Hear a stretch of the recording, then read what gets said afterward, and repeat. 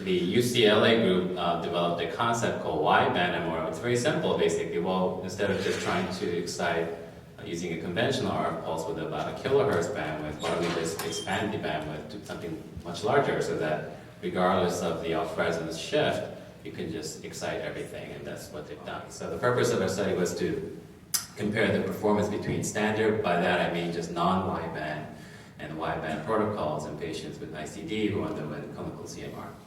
So to be sure, obviously, the SAR was less than the recommended limit, and we administered Gadavis. Okay, here's some images of perfusion data comparing the standard versus the wideband acquisition. So as you can see on the left, you'll see these bright spots right there. Those are caused by the center frequency shift by the ICD.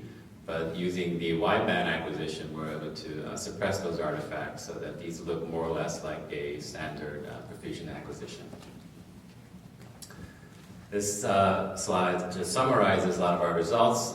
This actually happened to be a patient with a sub-Q ICD, which is a significantly larger device than a standard ICD. And even in that patient, we were able to, let's say with the standard acquisition, you get these huge artifacts, both with the T1 mapping, perfusion, as well as the LG images. You can see these bright white signals. This is basically areas where the immersion pulse just did not work.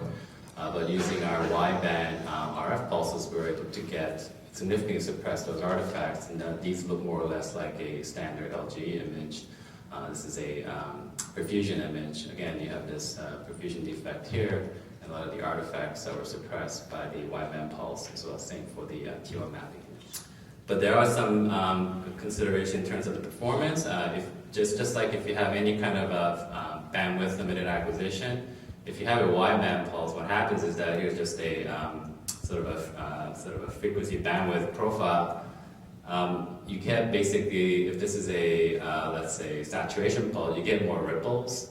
So you want to achieve, let's say, 0 degree residual magnetization after your sat pulse. You want that to be flat as possible. But you get a little more ripples because with a bandwidth limited pulse, you're trying to generate this wide frequency bandwidth. So you do get this, but it's really inconsequential.